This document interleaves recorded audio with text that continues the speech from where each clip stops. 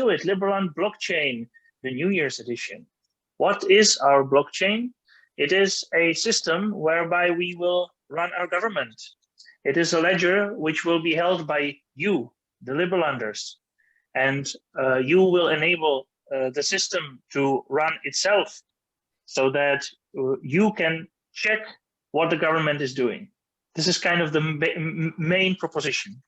It is a system of electronic communication, and as such, we had to use a solid code base, and we found one in Substrate Polkadot.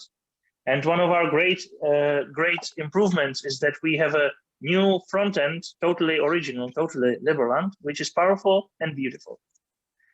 So any blockchain, any ledger, let's put it that way, has to have a unit of accounting. And in our case, there are two of those, Liberland dollar and Liberland merit. Liberland dollar is the unit of accounting for the basic transaction. That's the way in which everything is measured except for politics. And Liberland merit is therefore the politics. The reason for this split is that we don't want to be a plutocracy. We are a meritocracy, hence the name.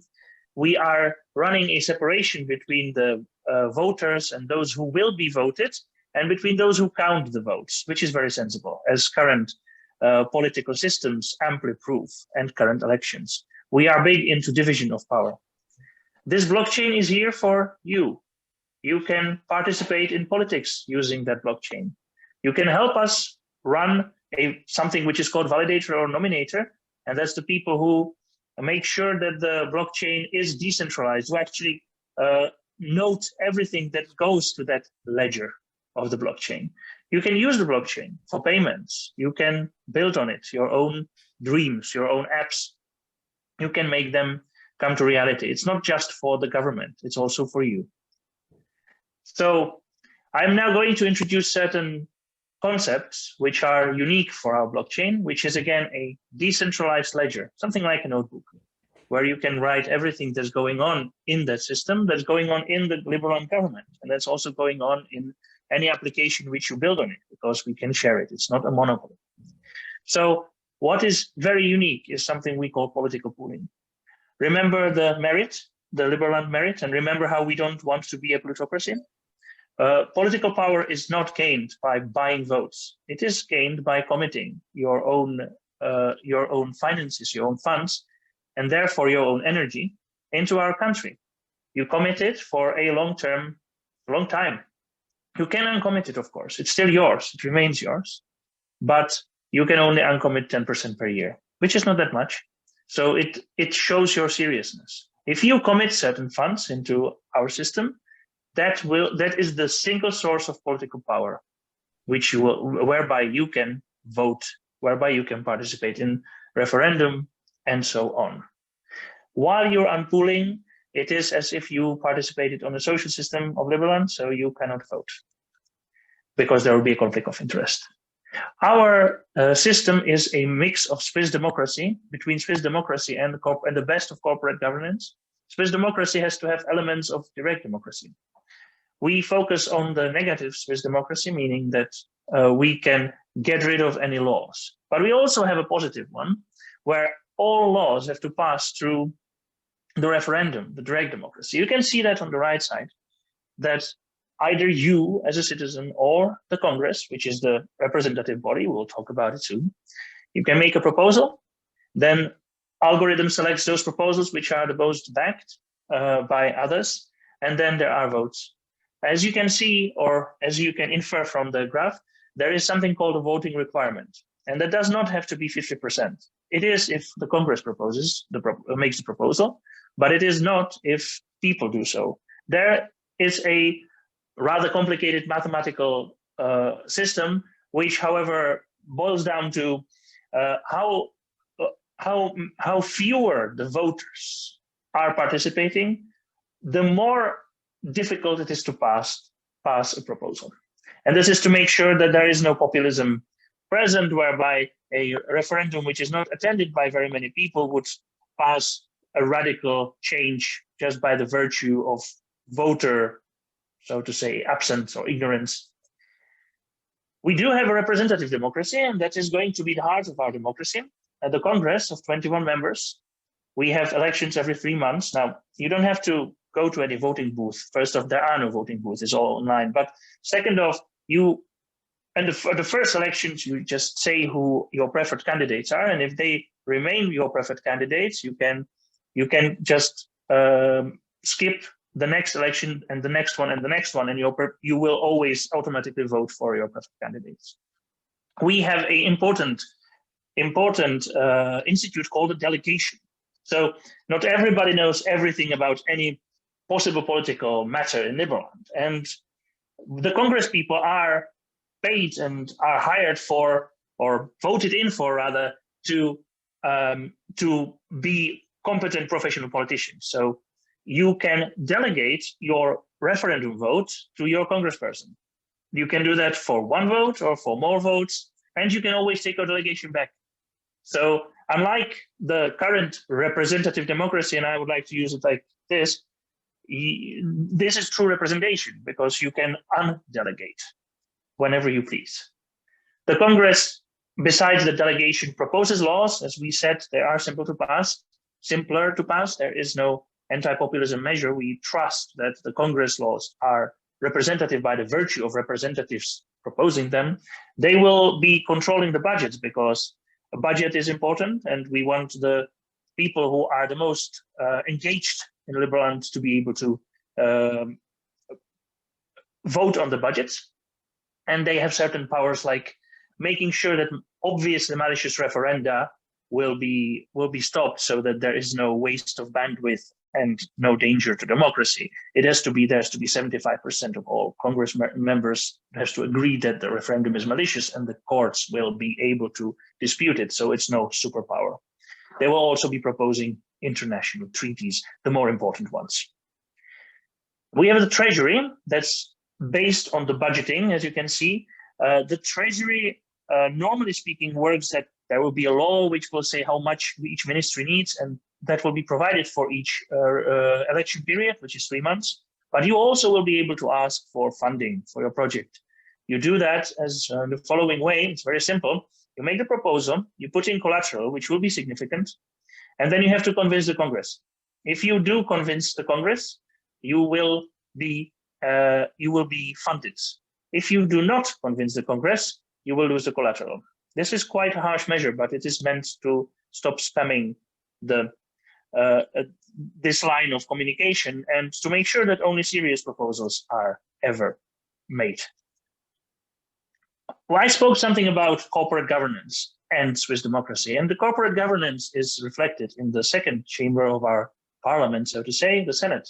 That's the House of Investors, as in House of Lords. The biggest investors will be sitting there, biggest 100 investors, and they likewise have powers, but those powers are not legislative per se, they are powers of oversight. They can repeal malicious referenda and can do so more easily. They can also repeal legislative processes which they don't like, and they have to give reasoned opinions, and they have to say what will it take to repair that proposal, and if that proposal is repaired and reposted, then they can't do anything with it. If they do, the courts will have the powers to stop them. They will be able to repeal any counterproductive regulation, whereby counterproductive we mean that they find it cross-purpose to their investment and to the future of Liberland. Those people are very invested in Liberland. They are the biggest investors, so we can assume that they will have, let's say, game theoretical reasons to play fair and to be very concerned with the future of Liberland. You know, a politician, especially if you vote him for 3 months, can be seen that they have sort of a short-term perspective in mind. But the senators don't. They can give their share to their children. It's kind of a bit like the best of monarchy, one could say. We're trying to tap on that element of governance, that there are people who really have a long-term vision and long-term future of Liberland that directly reflects on their own personal future. That's what we want. And of course, the president will be a senator, and the Senate will choose the president as one of their own, and the president represents Liberland before the outside world, and appoints officials, gives out state decorations, and has a few other powers. The future plans would be the executive and the judiciary. I already spoke about those. We will have a whole e-governance as you're used to from your country. If there is a good e-governance like Estonia, Holland, you will be able to do anything like from day-to-day business with the country. You'll be able to accomplish that online. And the judiciary that's being designed now, soon is going to be developed, and that it will be a very ambitious project where we will be able to settle disputes and answer questions, just like any other courts or arbitration instance. And we will have registries of both real-life assets and metaverse assets. Now, we talked some about the merits, the LLM. That's the token for politics. And of course, every token has a tokenomics. It means how many there are, how it is minted, and so on. It is inspired by Bitcoin. It is to be deflationary, or at least with a capped total supply, 70 millions, and 10%. So every year, 10% of that 70 millions gets released. So it's like 10%, so like 7 million, and a bit fewer and a bit fewer every year, and gets released from something called the vault to the Treasury, where the Treasury can then operate with it and give it out for the merit of helping the country to people who will then be able to Politpool it and gain political powers. Treasury is maintained by on-chain politics, which we talked about. The LLD, that's the basic accounting unit on the chain, and that's the money. This is how that works. To return back to the notebook metaphor, if you have a notebook, a ledger, and you're like writing that somebody transacts something from your own stash of money to someone else, for example, then you have to have a monetary unit to make for this type of accounting to make sense. And that monetary unit is LLD. That's actually Liberland money. So you will be able to buy bread and bikes and houses with it, at least in the metaverse soon, and hopefully soon also in the real world. It is the monetary supply increases. I wouldn't say it's inflationary, but the monetary supply increases, and the increase goes mostly to the people who keep the ledger. So the people who write to the ledger, that's validators, and the people who help them to keep the ledger, they are called nominators, and they get money. There is a variable curve of distribution, which is based on something called ideal stake ratio, that's 75%. And so we want most of the LLD to be actually sort of locked in the system which keeps the chain alive. You can make money if you help us with this. So if you want to, please let us know. You have to be a citizen for that though. You can help us for being a validator, you have to be a citizen rather, but you can also be a nominator. And as a nominator, you take your LLD and you put them for 30 days on a special stash in the system, and then you entrust them into a validator. And the validators are those people who write into the notebook, but you are something like the oversight of them. So you're making sure that they are doing it correctly, so to say. You don't need to do much, though. You need to trust them. That's what you need to do, because validators who don't fulfill their purpose well, or who do something strange like those hackers a few minutes ago, they will get punished. It's called slashing. And unfortunately for you as a nominator, you will get slashed with them. So know whom you trust. And the validators, that's the writers, they have to be the citizens. They have to be citizens, as I said. They have to have some kind of a computer knowledge. They have to have a server, but they will get more reward, of course, because they are the ones who are actually maintaining the system. Validating is a business. They will be maintaining, you as a validator will be maintaining some kind of an online and offline presence. You can visit conferences. You will be communicating news to your nominators, communicating things like server maintenance. You know, it's a day-to-day business, but it's rewarding. We have a GitHub, and on that GitHub, you can learn all about how to be a validator. You can download the instructions. For the testnet, which is what is now online, we already have a blockchain. This is not just a theory. We have a system now. It's a test system. There's no real transacting going on, but you can take a look at it. You can play with it. You can test it, testnet, and then you can also run a validator. Just go there to the link. You can share it later also, and you can download your validator stake your LLD, which we will give you because it's a test money. It's like monopoly money for now. And you will get reward. Well, your main reward will be that you will know how to do it. And so when the time comes to do it for real, you will know. And the time will come very soon because the alpha mainnet of our blockchain is just around the corner. We are trying to polish it. We're waiting for synergy from some other partners, but when that comes, and that should come in January, I hope, then we will be able to onboard you, to onboard people who want to be onboarded, to onboard those pioneers amongst you who want to be the first to taste the system. You will get your merits, which you should get. You can take a look at the Liberland.org to see how many merits you get. Those you will get on the blockchain, and you will get 1/10 of that in LLD, which is enough for you to work with the system. We are currently consciously avoiding centralized exchanges, and those who know or who are watching the blockchain space probably know why. The rest of you are the lucky ones. In short, it's not a very trustworthy environment right now. We may bridge to a decentralized exchange though, because we would want, of course, our currency to be fully convertible to Bitcoin at least, and to other money.